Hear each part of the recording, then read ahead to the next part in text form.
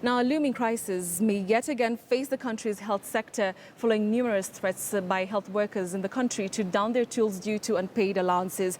The allowances were agreed upon during a return to work formula signed in March. The agreement affects about 17 health cadres and was to be part of a deal to end a 2-week strike sustained by clinicians and public health officers. Well, Timothy Otieno has these details.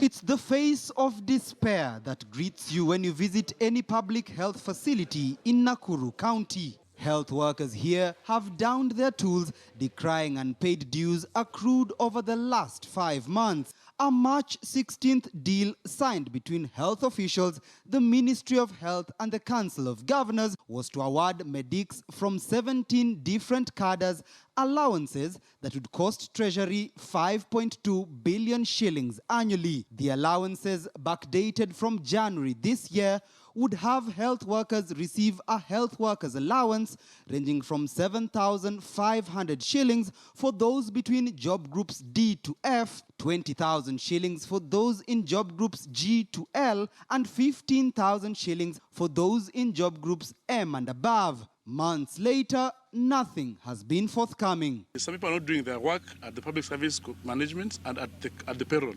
So far, nothing has been acted upon.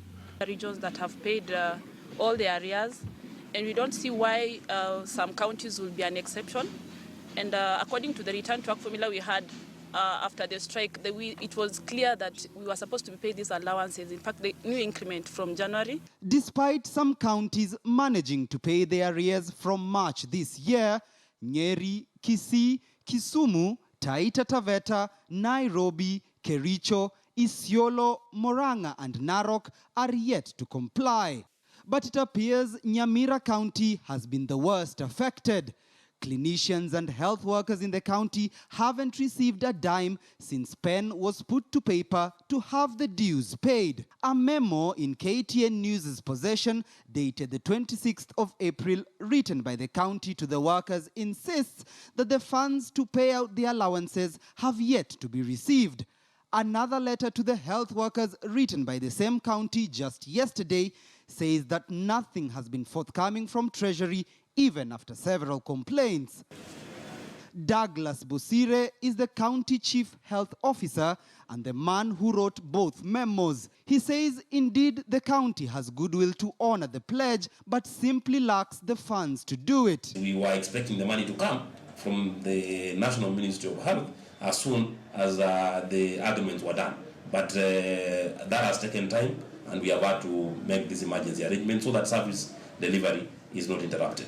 But the money, according to this letter from the National Treasury, dated the 28th of February, was indeed disbursed. The letter signed by National Treasury Principal Secretary Kamau Thuge states, quote, "The Ministry of Health has been considered for additional funding amounting to 1.6 billion shillings during this financial year to cater for the first phase of the implementation of the award." There was absolutely no delay whatsoever, but it was a consultation because these allowances were awarded in the middle of the financial year.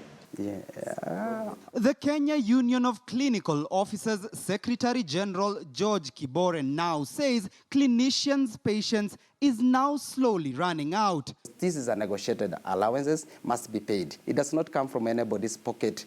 And even if it means to go on strike, we will do that. But however, we want to wish them they don't have to wait until that time. The dues, also meant to include an emergency call allowance of 10,000 shillings, is to affect morticians, radiographers, physiotherapists, and orthopedic technologists.